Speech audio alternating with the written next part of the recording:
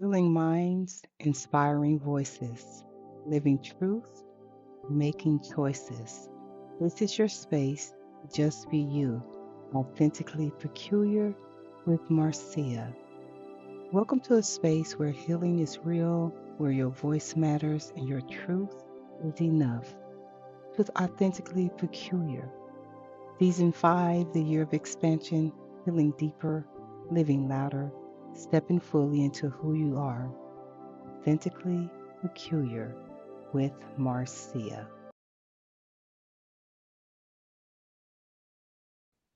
Welcome back to Authentically Peculiar with Marcia. I am so elated to have my guest today, Mr. Jimmie Jones. And the reason why I'm even more elated is because I put a filler out on social media saying I needed the voice of men because women will jump on a podcast all day, every day, and twice on Sunday. And he was the first to say, I'm in. So Jimmie Jones was born in New Jersey and is the one of 10 children.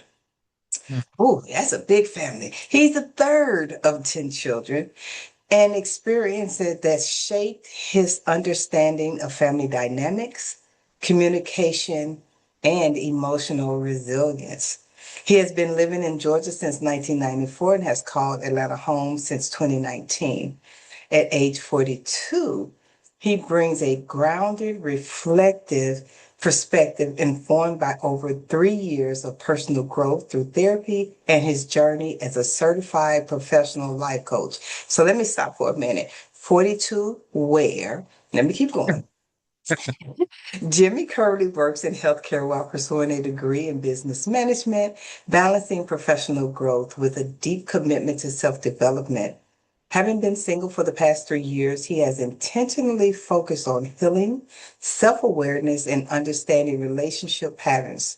Outside of school and work, Jimmy enjoys walks in nature, traveling, singing, and activities that help him stay connected, centered, and expressive. So, Jimmy, thank you so much for your yes and for being a guest on Authentically Peculiar with Marcia. Mm, my pleasure. My pleasure. It was an immediate yes because I love you and I love everything you stand for. I love what you share on your social media, who you are as a therapist is just an amazing thing to be a part of. So a yes was immediate. Thank Had you, to. thank you, thank you, You're thank you. And I welcome. share that same and express that same love to you as well. I think you are just a phenomenal person, and that your growth, your acceptance of your gifts to this life is absolutely beautiful. So let's dig in. So today, y'all, get your tea ready. Get your tea ready, okay? I'm about to Because go get me some.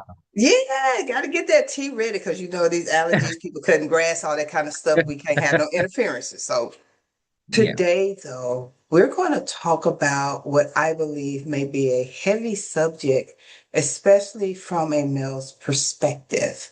We're going to be talking about today about relationship and emotional walls. Those brick by brick layers of Yeah. walls that can stop people from showing up in their full autonomy in relationships. So when you hear me say emotional walls, what comes up for you personally? First thing comes to mind when I hear emotional walls is I'm guarded. Mm, I've been traumatized. I don't trust. What do you really want from me? How do I mm. get out of this? Like that's the first thing that comes to my mind. Oh, the get Yeah, out of yeah, this part. How heavy yeah. is that to know that when you're battling emotional walls, the mind goes to how do I get out? I think especially with emotional walls, if we're going to be honest and really talk about it, is like a lot of people they fantasize about being in relationships, and we always fantasize it in this glorious, nice way, right? But Mhm. the truth of the matter is once that dies down, there's actual work to be done. You have to really see the person. And you go, oh, there's some things here that I don't like. And if Mhm. you've been traumatized by specific things and that person shows those things, that's when those emotional walls, and you're like, okay, maybe I don't really want this, or how do I stay in this in a healthy way? Or you don't even realize subconsciously your trauma starts to come up, and those blocks, also emotional walls, is I feel like that's when it starts really happening. Absolutely. It's that lack of Yeah. awareness, I believe, when you Yeah. don't even realize that your hurt is showing up in your now. So, how Hmm. would you describe like the way you were taught, directly or indirectly, on how to handle your emotions when you were growing up? You know, as a kid growing up, I don't remember being taught. I just remember everybody being overly emotional or expressing it too in a disruptive way. Like if they were Mm, mad, it wasn't let me talk to you about what you did wrong. It was more so let me express to you what you did wrong in a way till you'll never do it again and you're gonna be fearful of me. ooh, So yeah. it was that, and in love, how that was expressed, it was more so of an action, not of an expression through emotional words or vulnerability through touch. It was more so like I took care of you, you got clothes, you've been fed. So that's how it showed up, which is And let very me, different for me. yeah. And Hmm. so think about that for just a moment when your expressions of love was okay, but it was stuff, it was livelihood. How does that show up for you now as a 42-year-old? Let's see. In one way is a bad way, because I'll Mm. be transparent here. In a bad way, I noticed that I would try to earn people's love. Ooh, okay. And I think it came from what the way I was raised is like, okay, if I do this, they'll know that I love them. And if I'm not feeling the love, let me do it more. Right? Ooh. So like let me if I know you like something particular, let me make sure I buy every type of thing that you like in this space.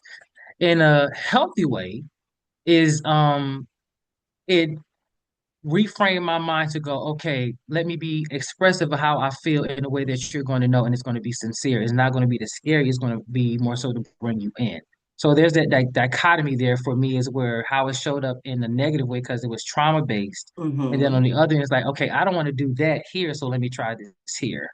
So Wow. Wow, wow, yeah, wow, wow. Being able to have that balance. So tell yeah. me, what did vulnerability look like as a young Black man growing up in a space where you had Mm. to buy love in a sense?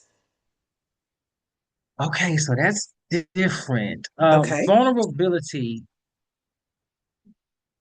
even though it was not something that was shown in my family, vulnerability, Mm-hmm. one thing that I do remember from my father in particular, because we're talking about men, my dad was not afraid to cry. Oh, I love that. Okay. Yeah, my dad was not a person where I'm gonna hold it in and not if I'm sad. To this day, my dad will cry. I'm about to be 43, and my dad still will cry if I'm going through something. Mm. So that's something that I did get from him as well. So being vulnerable because of how I was raised actually has been extremely easy for me. Oh, But it nice. also Okay. makes me hyper aware of how hard it is for other people. Oh, I love, love, love that. Hyper aware that what I received through seeing my father be vulnerable, others didn't. So I may not be able to Mhm. expect that same level of vulnerability. Is that what you're saying? Yes, because that's exactly what I'm saying. Because I go into things going like, I'm an open book. It's easy for me Mm-hmm. to tell you ask me a question, I'm going to talk for 20 minutes about the topic. But I see a lot of other people, yeah, and it's kind of like you really got to pull something out of them. And before therapy, it really would like upset me. Mm. I would internalize it as this person doesn't like me. They don't want to Gotcha. open up to me because something's wrong with me. When in all Mm-hmm. actuality, it's just their experience turned them into a different type of personality from mine. It doesn't mean it was wrong. It's just that they were just different from me. Yeah. And how do Yeah. you think that that shows up though as like a wall? Maybe Hmm. even a wall of judgment. How would that show up? Mm. As judgment. Really. it was, and because I like to ask questions to understand, I'm Hmm. quite sure, and I have been told it can become across as poking and pressing and prodding. Like Oh, instead of okay. just letting somebody be who they are. Hmm. So it does show up in, let me prove to you that I'm safe.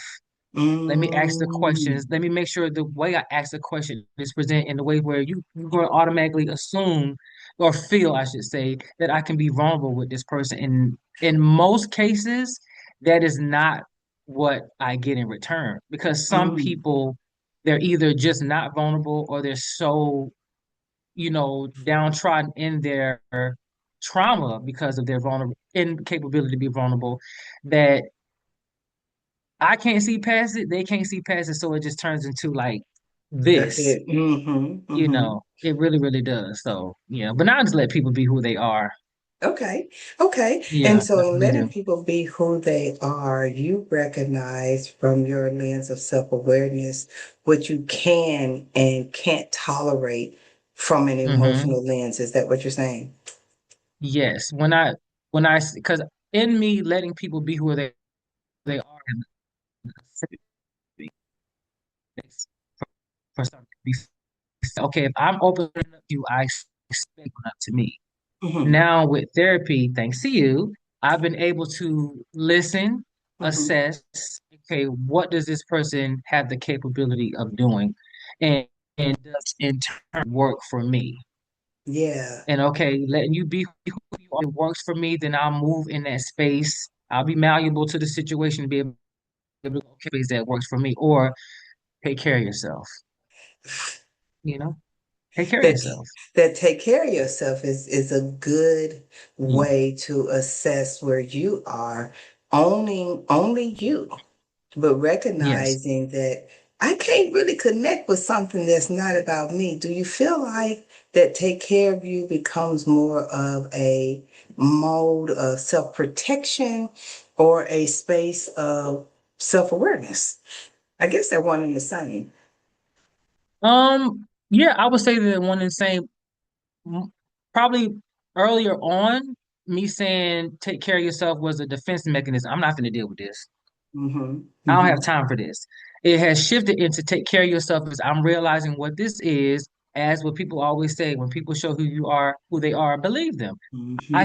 I get it. I understand. I'm not going to fight with you. I'm not going to try to control the narrative, change who you are. This doesn't work for me. I love you. Go take care of yourself, and Hmm. I'll move on. So it is the same thing, but the way I look at it and I apply it is completely different. It's not to leave you high and dry, to be dismissive of your experience. It's like, okay, this doesn't work for me. Take care of yourself. So yes, it's definitely both.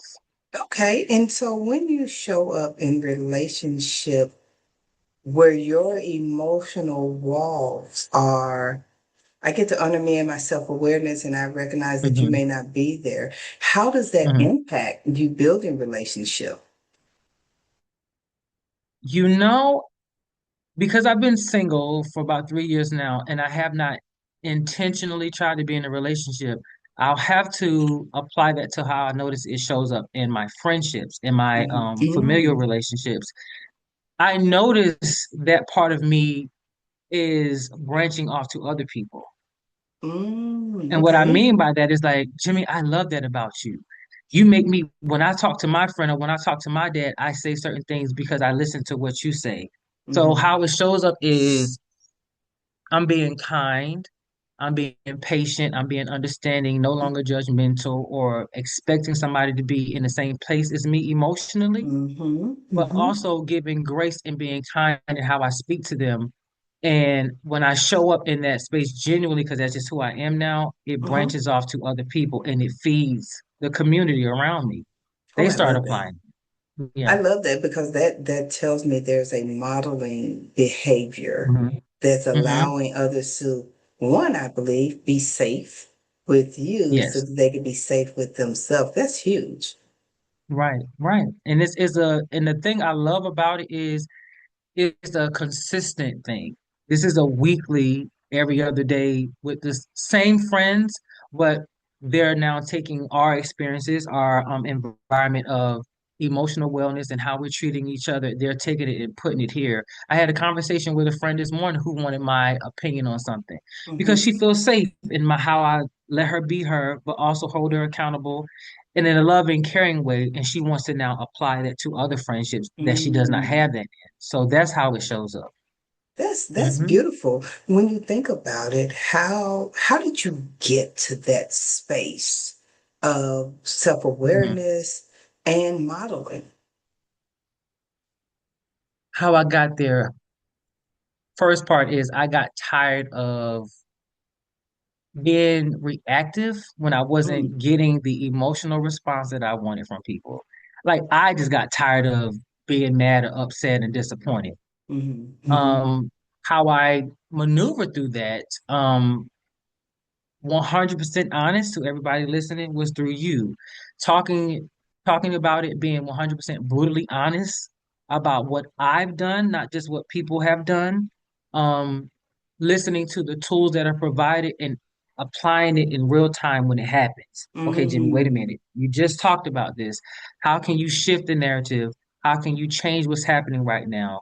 And it's all about when doing the work. When it presents itself in the time to say, okay, this is something that I did not like, and I talked about this with my therapist. Now is the time for me to see, can I actually do this? And because things present itself so much, because we're constantly living life and constantly growing, and especially in my field of work, it gives me the chance to actually apply those tools. So it's constantly a test, and I'm constantly passing it. So that's how I've been able to identify it, mhm. tired, come to you, find somebody I connect with and give me real life tools and then I apply it. And like I said, it branches off into my friendships and relationships. I love that. I love that Yeah. you gave yourself permission to one, be honest with you. Okay, wait a minute, I'm not handling this in Hmm. an appropriate Hmm. manner. How important is self-awareness when you're talking about relationship and emotional walls? I think it's probably just as important as people say, like communication is the number one thing in relationships. I Mhm, think self-awareness is just as important. When you take the time to, and I'll say it like that, when you take the time to consider what you're mhm, doing and how it's impacting other people, i.e., being self aware, it can completely change the atmosphere, your thinking, the person's experience of you, and your experience of the person.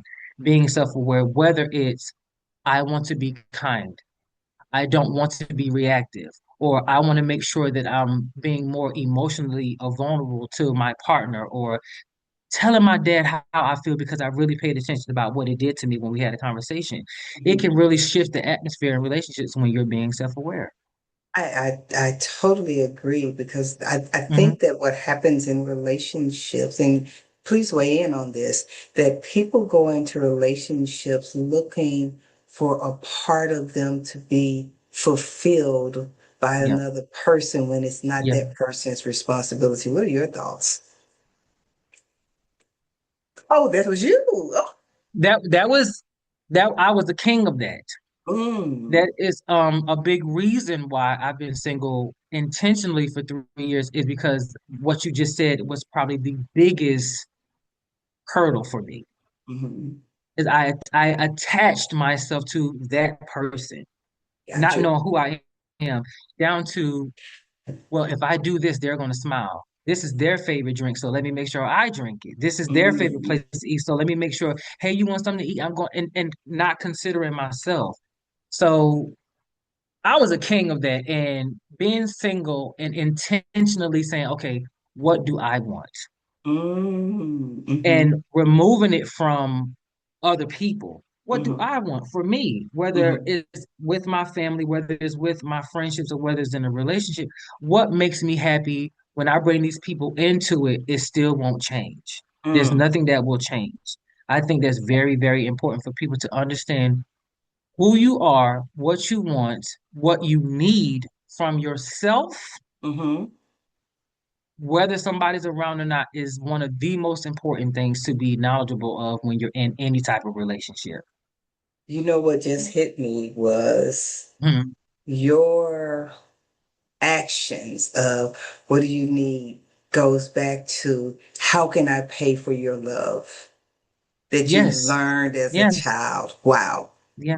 Yeah. So Mm-hmm. everything that you were Mm-hmm. doing went back to that initial trait of this is how love comes to me is I have to earn it. So I'm gonna do all these Yeah. things. Yeah.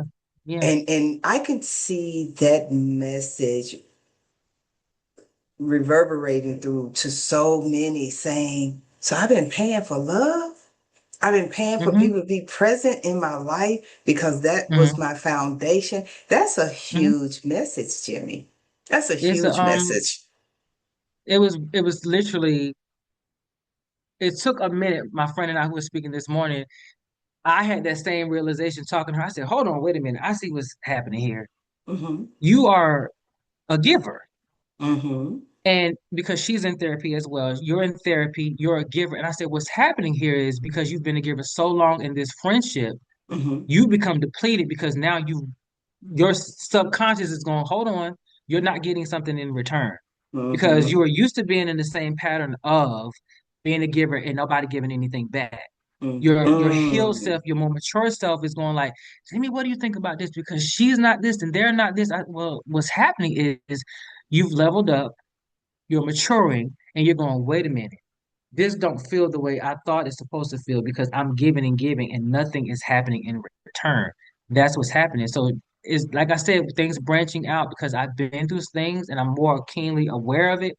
Talking to other people, I go, oh, I see what's happening here. Mm-hmm. You're reaching that level of depletion because you're such a giver and nothing's being given back to you. Mm-hmm. Do you think Hmm. that once you get into that self-awareness and you know that, hey, I'm a giver, but the relationships aren't reciprocated, that that can build walls in relationships? 100%, 100% they can build walls. For me though, um, the wall is not something the other person doesn't know about. Mm. So it's Break that like, down. okay, so there's something that's happening here. One, there's something happening in my body. I don't like the way this is feeling. What is this? Mm-hmm. Mm-hmm. I'm sitting with myself, okay, I'm doing this. Even if it's something as small as I'm always calling you, you never call me. Oof. Oof. That's the act of me giving, right? Mm-hmm. And I'm always sitting here waiting, but it never happens. Like, okay, well, let me do that. You go, okay, hey friend, I need to have a conversation with you. Mm-hmm. I'm Mm-hmm. realizing in this friendship, I really care about our friendship and I love where we are as friends, but there's something I need in this friendship. That's that person's chance to go, okay, do I care about this friendship enough to say, okay, I hear Jimmy, let me make a change, or tell him it's something that I can't do. And then I go, okay, if it's something that does not work for me, we've had the conversation. I'll let the boundary be Good. known. So if I remove myself or my communication with you decreases, it's not ambiguous. I love It's that. like, okay, I know what's happening. It's not ambiguous me relieving myself. When I say take care of yourself, I literally say it to you and you know why. There's no, Mm-hmm. ambiguousness there at all. Yeah, I love that it's clear. You know, I'm a firm believer of clear communication, establishing Hmm. boundaries. And I Hmm. don't believe in ghosting people. I believe that I can let you Hmm. know why we're getting ready to disconnect from this relationship. Yeah. How does it for you? How has it helped you to really identify what your needs and boundaries are in a relationship to be Hmm. expressive? Hmm. If I'm gonna be honest with you, when it pertains to me, it goes back to it's about me. Mm-hmm. Mm-hmm. It really truly is about because for me, I know I'm very confident in how I show up for friendships. That don't mean I'm not gonna falter, right? I'm not Mm-hmm. Mm-hmm. perfect, but I'm very confident in how I show up in my friendships. So if I'm asking or needing something in return, I don't view I don't view it as a difficult thing to Mm-hmm. get. I don't view it as it needs to be an argument. Have It you can be always felt like uncomfortable. It that? definitely. Um, that's a good question. Have I? Like, have you always had If I'm that confidence, that knowledge, and that awareness that I could freely express my needs without Mhm. fear of a relationship turning a different way. Have I always felt that? Yes. Have I always applied it? No. Okay. Okay. So There have go ahead, go ahead. so there have been relationships where I go into it very much so confident, like when I'm talking to you, I know 100% this is who I am, this is what I do. But it goes back to what I say, because there was another part of the trauma. Let me prove to you, let me buy your love. That part Mhm. would take over. And I would forget, so Mm. to speak, of that knowledge of that. And I, okay, well, what do I need to keep this person's love? And I forget, and then it may take a month, 6 months, 8 months, whatever, and you snap out of like, wait a minute, Mm. Jimmy, Mm. you know this is not what's going to work, and I go right back into what I know to be true. But like I said, I'm not perfect. We all falter, Mm. especially when you're trying to protect, maintain, build a life with somebody. Absolutely. You already answered my next question, which was going to be, 100. when did you realize that, walls no longer serve you? But you just answered that when you had that 1 month, 6 months, 8 month, the light comes on and be like, yeah, this ain't working for you. So I'm going to move to my next question. What does emotional I can go a little depth about that There we though. go for I can it. go a Go little, for it. yeah. Let's go. If so, yeah. So for me, it goes back to like I pay attention to how something makes me feel. Mm-hmm.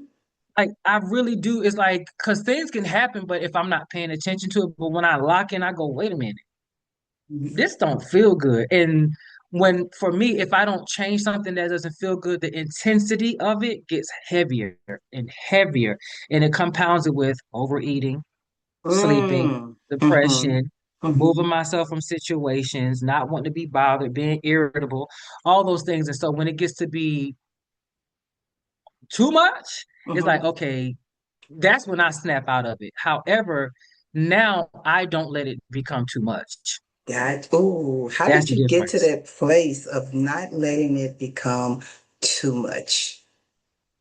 It's tied back to what you asked me before, being self-aware, Mm-hmm. being honest about what I'm feeling in the moment. Like, okay, Mm-hmm.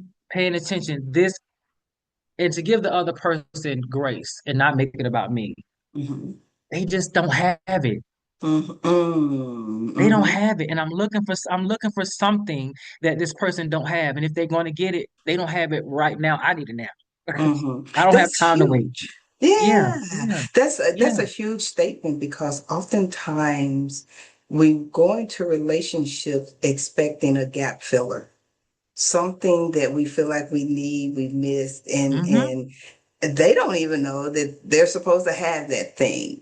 So hearing you say that is Yeah. saying that I had to be in tune with me enough to be aware Mm-hmm. I'm asking for something from this person that they haven't even given to themselves. That's huge. That's a major Yes. breakthrough. Yeah.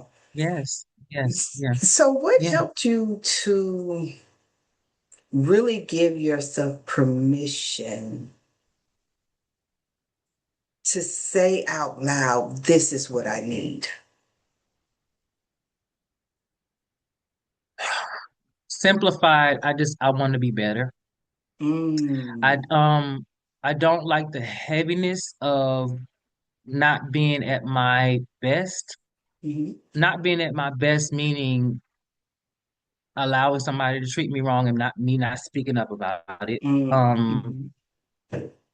Being somebody saying something that hurt my feelings and me moving on about my day instead of expressing it, Hmm. or me overthinking something about myself instead of just going for it and trusting in that, Jimmy, you're smart enough, you're capable. I don't like the heaviness of that negativity. Hmm. And so it's kind of like, okay, if I don't like the heaviness, what do I do about it? Mm. What Mm. do I do Mm. about it? I Mm. I have to one, be self-aware, get the tools from you, from other conversations, from myself, and go, okay, now let's apply it. Let's apply it. Hmm. Hmm. Absolutely. Yeah. So let me ask you this question. And I know you Hmm. can't speak for all men, but I'm gonna try to Right. get you to speak for all men in a Okay. sense, right? I'll speak for just a little bit. A little bit. Do you think that men operate in a fear of being hurt or afraid of being seen in their truth that helps to build a wall in relationship? I don't think it's that at all. What I Okay. think it is, we're not allowed to feel. We're not Oh, supposed to. yes. Yes. Even Yes. even though that's not my experience at all. Mm-hmm. Mm-hmm. That's not my experience at all. I've always allowed myself to feel, but do I I know men, and I sit back being in the men's space, listening, experience, even if it's a movie, a TV show, a podcast, friendships, I like, oh, it's clear to me when I see certain conversations with certain men. Like you said, I'm not gonna speak for everyone. You have never been allowed to just feel.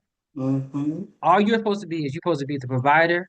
You got to Mm-hmm. be strong. You cannot be weak. And we know Mm-hmm. society for men, especially black men, crying is weak. Telling somebody how you feel is weak because it's looked at, man, you complaining. Why you being soft? Mm-hmm. Huh? Mm-hmm. I'm just telling you how I feel. How can we change that? That's what I think it is. But that's so on point. And the Mm. goal is how can we change it and create a safe environment so that men can express how they feel without judgment? First things first, I think the most important thing, and it's not the easiest thing, is when you see someone being vulnerable, Mm, opening up, and you see hmm. another person diminish that or make the space unsafe, call that other person out. Hey, Oof. don't do that. Hmm. Don't do that. Hmm. That's not this. This is not an easy thing for this person to do. I've known, like, just an example. I've known Jimmy for a very long time. He don't open up. Please don't do something like that. Don't say anything to diminish how he feels. This is important. One thing is, and it goes to, the word of the times is being an ally. When you see Hmm. somebody opening up or trying to be vulnerable and you see another person diminish it, even if it's something like something online, Hmm. check Hmm. that person. Absolutely. Absolutely. Yeah. I think that creating a space, and I shared this with a client earlier this morning. We were talking about his young son, and I said to him, be careful of that boys don't need to cry or stop crying so much. I said, because you're giving him a message that it's not okay for him to feel. And he Yes. responded, I didn't think about that. That's what my mother used to tell me. And I was like, how did it make you Yeah. feel to have a stolen voice being told that you couldn't feel? Because I think that right now we're expecting, especially in the Black community, with the height of more awareness of mental well-being and things of that nature, we're expecting men to all of a sudden show up and kind of throw up their emotions. Well, Yeah. how have Yeah. we actually created a safe environment for that? What Mhm. would a safe environment, and I know that that hadn't been your journey, but what should a safe environment look like in order to let men know that it's okay to express their feelings? I'm gonna say this, and because Hmm. in my as you were talking, like, don't forget this. When you, like, it's just from raising your child, your man child, your black boy child. When you tell them don't show vulnerability, or you tell them to suppress their voice by not saying this or don't say this, and men don't do that. Well, whose voice do you want them to have when they finally do speak? Ooh, better say What that. voice? What voice do you want? Yeah, like, seriously, like, what voice do you want them to use when they finally do speak? Do you want them to use the voice of the people that we seeing in power now that's Mm, acting nuts? Because that's a clear sign that that person was not shown to use their voice in the proper way. So do you hmm. want to teach them, feel how you feel? You ain't got to be reactive. You ain't got to be disruptive. You can use your voice to teach a nation. You can use your voice to build people up. You Come being on. crying, because I love to cry. Crying, it feels good to get it It's a out. detox. Crying is just It feels detox. good to get it out. It really Hmm. is. is a Mm-hmm. detox and it's refreshing and it also lets you know I'm here. I still got a chance. I still have feelings. I can fix something. I can make it right. I'm connected to spirit. I'm connected to the universe. Mm-hmm. It does. Yeah, It really absolutely. does. I think people need to pay attention to when you suppress someone else's voice, specifically men, whose voice do you want them to use when they finally do start talking? That is so huge. So Yes. with that being said, what does it cost a man to keep his Mhm. emotions locked away? Yeah. Because if that's what he's taught, he's going to speak from that space. Mm-hmm. If he's Mm-hmm. taught not to cry and to hold everything, he's going to speak from that space, meaning he might be callous, he might not be caring, he might not be kind, he might not care how you feel. Oh man, is that what you want? No, Mm-hmm. Mm-hmm. Mm-hmm. no. So what I hear So, you saying is yeah. it costs them their livelihood to hide their emotions or to keep them locked Hmm. away. Because what a lot of people don't realize is when I can't cry, when I can't express myself through my words and sometimes even anger, I'm hurting my own body. Yeah, Anxiety, depression, 100%. Hmm. weight Hmm. gain, lack of Hmm. sex or sexual impotence, all that kind of stuff Hmm. is Yeah, impacted yeah, when you can't express yourself. And so when you think about yeah. it, what does a healthy, emotionally available man look like? Ooh, you don't want to go there. Oh, wow. Now, you know I had to hit some Woo! tough questions. What does it look? Yes, you did. Um, how I think it should look, not Okay. what I'm generalizing. Now, this, everybody who's Mm-hmm, watching, it don't have to be this is what it is. Um, a healthy emotional person is one, being self-aware. mm-hmm, What are my good traits, my bad traits, and what are some things that that I need to fix? You know, mm-hmm, mm-hmm, so if you're in tune and you're emotionally respectful and you're emotionally healthy with yourself, mm-hmm, mm-hmm, which also starts with honesty. If there's some things I need to fix, like I said, let me work on that. And mm-hmm, then you push it out and you put it out into the community. You put it out to your friendships at your work and at your job. It does make itself available to people who are open to it. I think it's also being um somebody who actually likes joy. mm. Oh, I like that. I think it shows up in people. I think it shows up, yeah, men who smile a lot. Hey, Mm-hmm. how you doing? I Mm-hmm. think Mm-hmm. that's a sign that somebody is in an emotionally healthy space. And I think it also shows up in your actions. Mm-hmm. Oh Absolutely. no, what no, no, let me grab the door for you. Let me take Mm-hmm. out your trash. Oh no, let me pick Mm-hmm. up that paper you dropped. Though Mm-hmm. to me, all those things like that can show a space of you being emotionally healthy. To me, like when you don't attach it to a relationship or family. How are you showing up when just in your everyday life about people you don't technically care about? That's when it's Mm-hmm. really telling. Do you look Oh, up at the server and really smile and read their name tag? To me, that's a telltale sign. Yeah. that's that's huge. How do you show up in spaces of emotional availability when it's not folks that you know or even like? You're right. That is a telltale sign, about that. Yeah. Hmm. So let me ask you Hmm. this question. How can partners better support men Hmm. who are permitting themselves to learn to be emotionally available? What would that look like?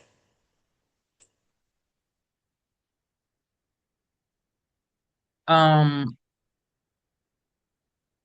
Ask the questions that you need to know the answers to, but shut up after you ask it.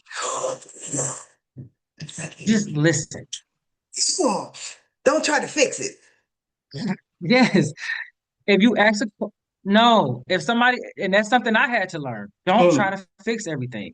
When you ask a question, if you need to understand something, give that person the space to explain it. If it's 10 minutes, 20 minutes, if you need the answer, Let them get it out because that's an act of vulnerability.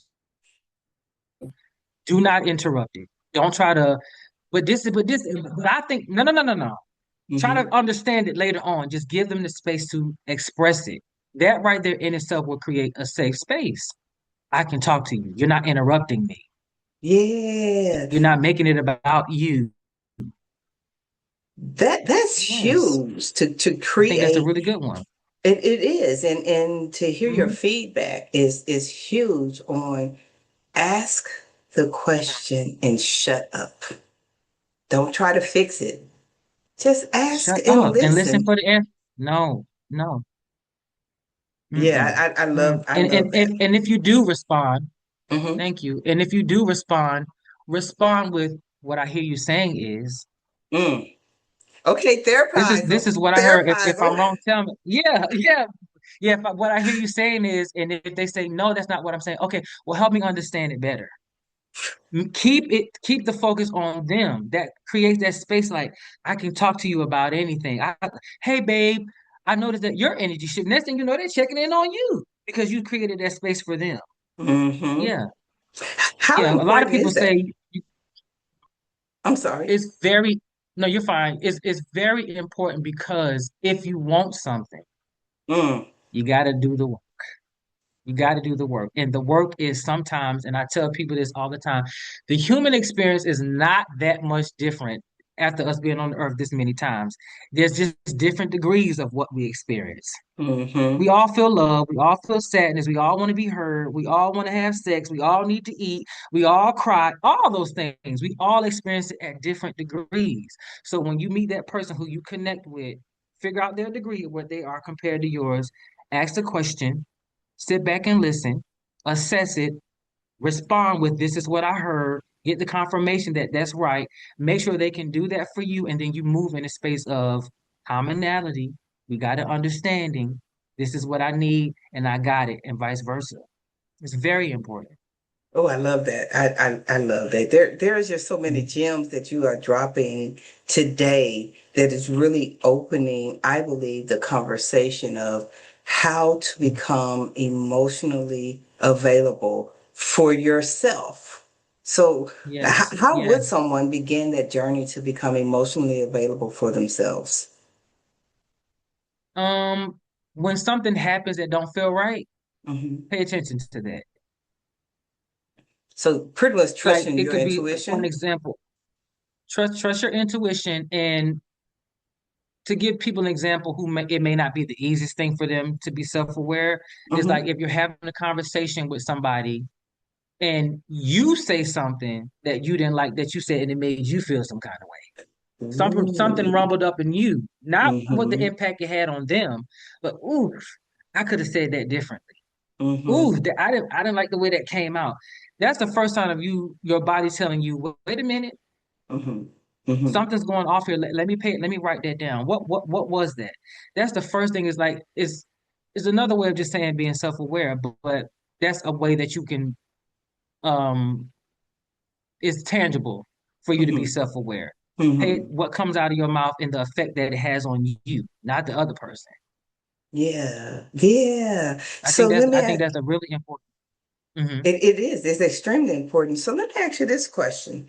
When you think about emotional walls and self-awareness and vulnerability, where does forgiveness come into play?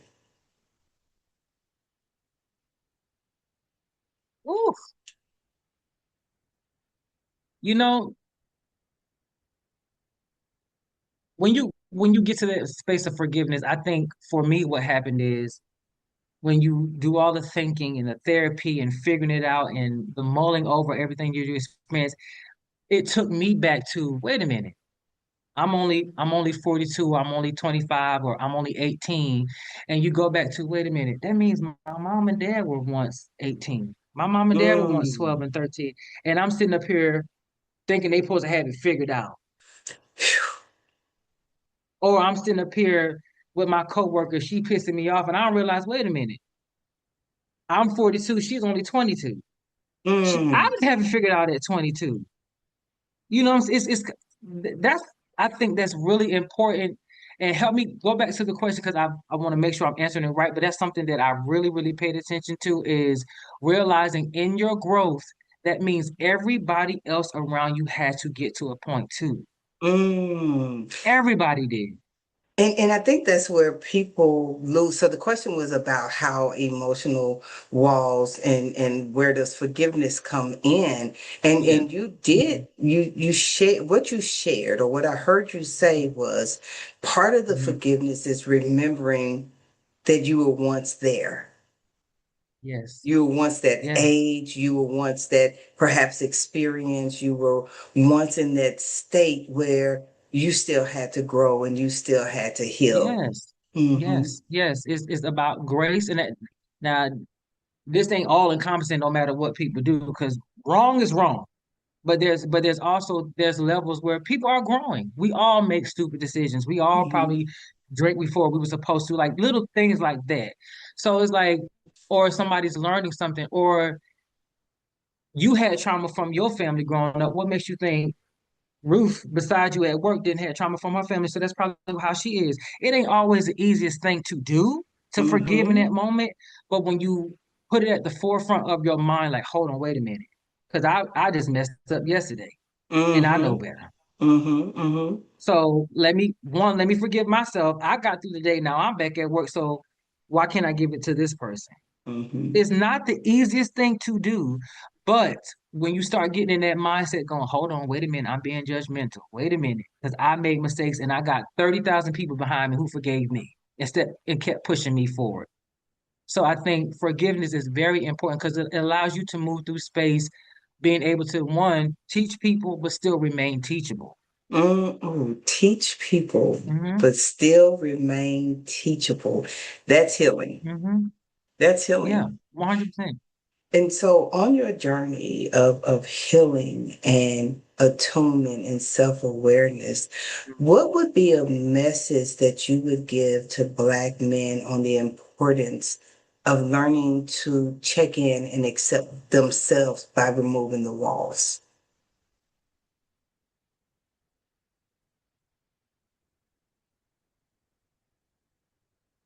Ooh,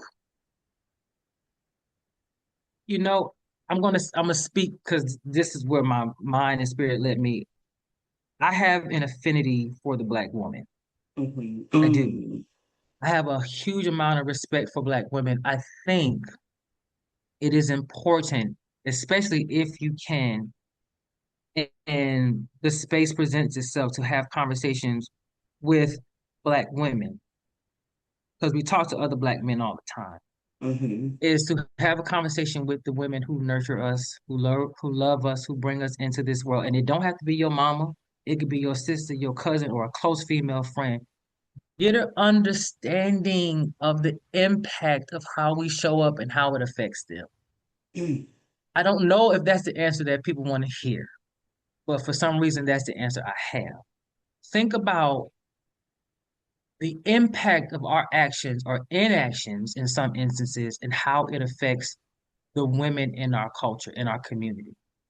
I think if we lend ourselves to hear about the impact of how we are and how we can be, and we are 100% honest and vulnerable and allow that safe space for them, I think it could change the world if we just hear, because we are so impactful being men, being Black men, in so Mm-hmm. many different ways that it's like, okay, if you're doing it, you're doing it, you're doing it. Next thing you know, when we come together, we give ourselves space to be free and understanding because the women, the people that nurture us, who brought us into this world, they're at peace. We understand what's happening for them. That's really, for me, Mm-hmm. how I view it. That's really how I view it. That's so beautiful because what that's shared to me or said to me is Black men are our anchor in the community, Hmm. lifting up the nurturers of the community. And when there are times that maybe even a crack in the foundation of the community, go back to the nurturer and just Yeah, listen so you can apply that. That is absolutely beautiful to me. 100%. That's Yes, beautiful. black women, if we allow them to be soft, Mm-hmm. Mm-hmm. If we allow them to, you know, stand in their femininity, a lot of things that Black men experience, judgments and certain things that we experience from Black women probably wouldn't happen. You got a valid point. That's a whole nother podcast Yeah. episode. Yeah, yeah. So Big. that's how I view it. Like if you Mm-hmm. allow them to be women and stand in their femininity, and they can allow you to be your man and stand in your masculinity in a positive, healthy way, when you get around other Black men or you have other experience with other people, Mm-hmm. because it's been healthy here. The foundation Mm-hmm. is the Black woman with us. That's the Mm-hmm. foundation, no matter Mm-hmm. how you spin it.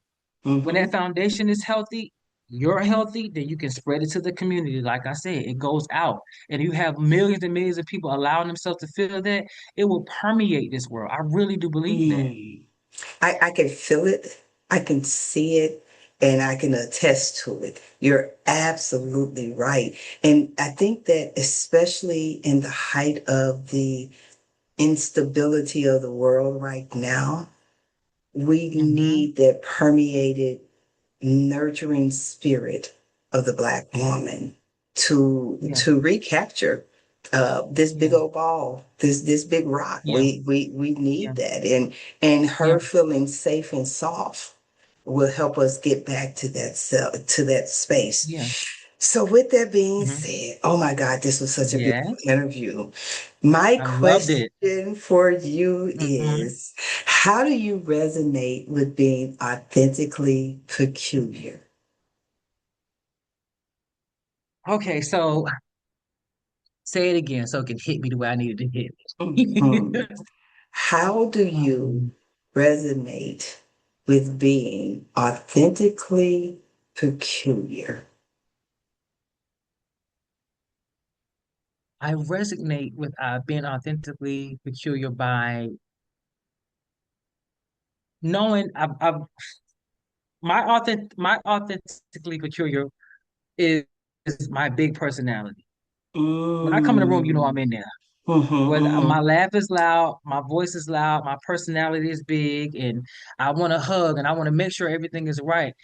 I used to think that was peculiar. I used to think that was a bad thing. Like, let me listen myself. mm-hmm, Let me authentically peculiar now. I identify with being is like 100% my full self. If you don't like it, that's okay. That don't have nothing to do with me because my intent is to make everything and everyone when I walk into a space feel good. mm-hmm, If you don't receive it, you don't feel it, that's okay. But it's 100% who I am. And 9.5 times out of 10 is received well. And I'm glad I got out of the space of thinking my peculiarity was a bad thing. mm-hmm, mm-hmm. It's I not. love that. When I'm authentically myself, authentically peculiar and stand firm in who I am, oh my God.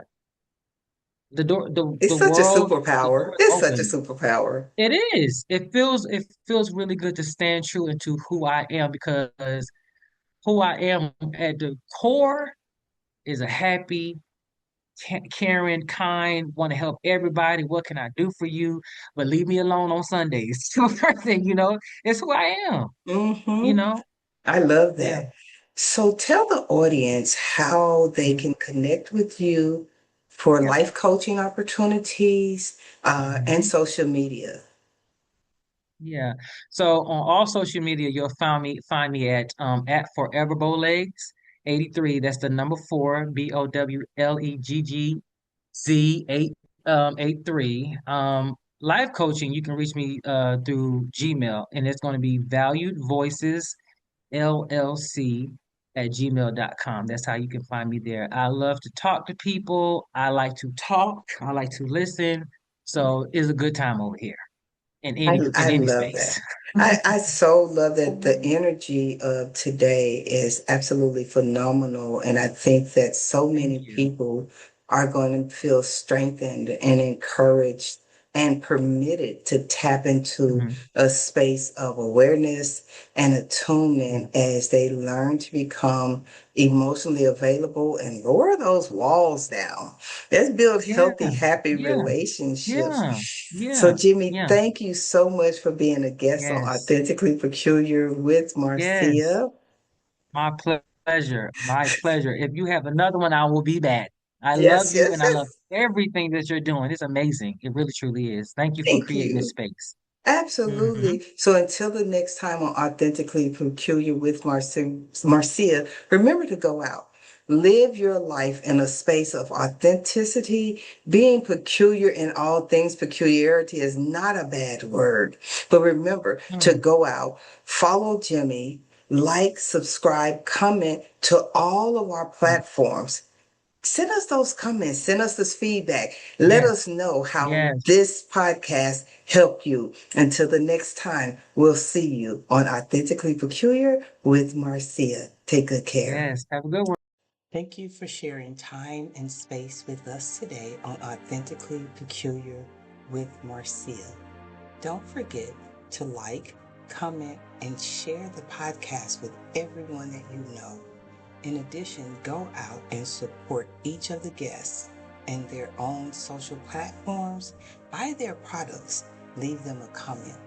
We'll see you on the next episode of Authentically Peculiar with Marcia.